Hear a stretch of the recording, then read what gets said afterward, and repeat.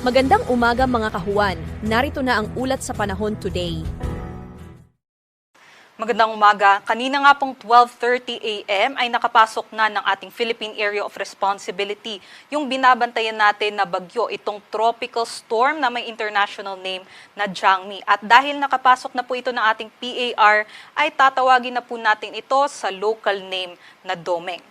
Si Bagyong Domeng po ay huli po nating namataan sa layong 1,345 kilometers sa silangan ng southeastern Luzon. Tropical storm category po ito, may taglay na hangin na aabot sa 75 kilometers per hour at pagbugso na aabot sa 90 kilometers per hour. Sa kasalukuyan nga, kumikilos po ito pa northwestward sa bilis na 20 kilometers per hour. Sa ngayon, hindi pa po ito direkta nakakaapekto sa ating bansa. Ngunit yung buntot lamang po nito o yung trough, ito po yung magdadala ng mga pag-ulan at makulimlim na panahon dito sa may Eastern Visayas maging sa may Caraga region.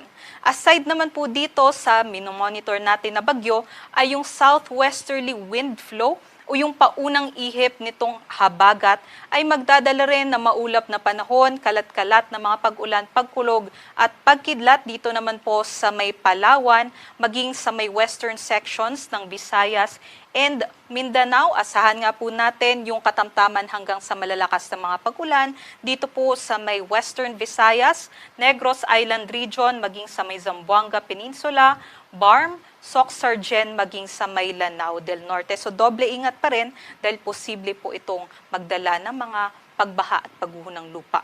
Other parts of the country naman po, kahit may bagyo po tayo, magiging mainit pa rin at maalinsangan, lalong-lalo na po sa malaking bahagi naman ng Luzon. So meron pa rin po tayong matataas na heat index ngayong araw. Base naman po sa ating latest forecast track and intensity, ito pong si Bagyong Domeng, meron po siyang lawak na aabot po ng 800 kilometers. Ngunit malayo po ito sa ating mga kalupaan. Kung mapapansin nyo nga po, mababa yung tsansa na ito po'y mag-landfall. At sa nakikita natin, ito nga po'y magno-northwestward at magno-northward over the forecast period at mag-stay po siya dito sa may area ng Philippine Sea. So sa nakikita natin, within the next few hours ay maaaring mas lumakas pa itong si Bagyong Domeng, maging severe tropical storm, possibly by 2 p.m. at maging typhoon category naman po bukas araw ng Sabado. Nakikita din po natin na hanggang typhoon category lamang po ito habang binabaybay ang Philippine Sea at pagsapit naman po ng Sunday ay north-northward o northward patungo naman po sa may Japan area. Makakalabas po ito ng ating Philippine Area of Responsibility possibly po by Monday. Ngunit kahit malayo po ito sa ating mga kalupaan, ay maaari po itong magdala ng mga pabugso-bugsong hangin at meron din po itong epekto sa ating mga karagatan. So expect po natin dito sa may Eastern Seaboard ay magkakaroon po tayo ng mga masungit na panahon and also yung matataas na mga pag-alon. So possibly magkaroon din po tayo ng coastal gale warning dito po sa may extreme northern Luzon over the weekend. At aside po dyan, may indirect effect din po ito sa ating panahon sa susunod na 4 na araw. So ano nga pong direct or indirect effect nito sa ating panahon? Maaari pong ma-enhance o mapalakas nito yung southwesterly wind flow o kumbaga kanya pong possibly po magkaroon ng mga pag-ulan dulot nitong paunang ihip ng habagat. So possibly tomorrow ay magkaroon pa rin po ng epekto yung southwesterly wind flow dito sa may Palawan and western sections of Visayas and Mindanao. But starting Sunday hanggang sa Tuesday ay meron ng enhancement o kumbaga kanya nga pong hihilahin yung hangin patungo dito sa ating landmass dahil malakas nga po ito na bagyo.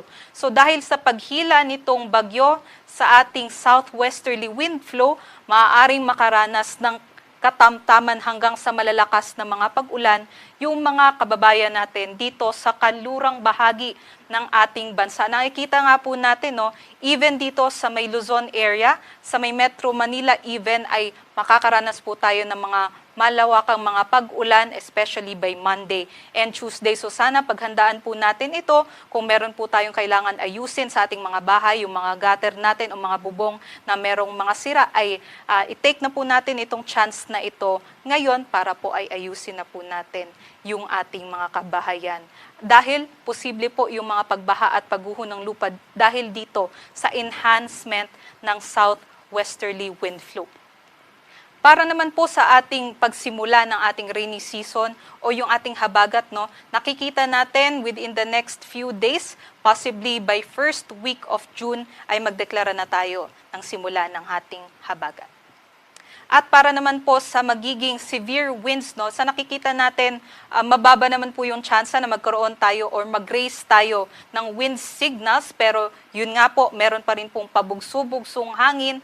Simula bukas, meron na po sa malaking bahagi ng Visayas and also sa may parts din po ng Luzon and Mindanao. And also dito rin po sa Sunday, no, especially sa may extreme northern Luzon area, ay malalakas po yung ating mga hangin dyan.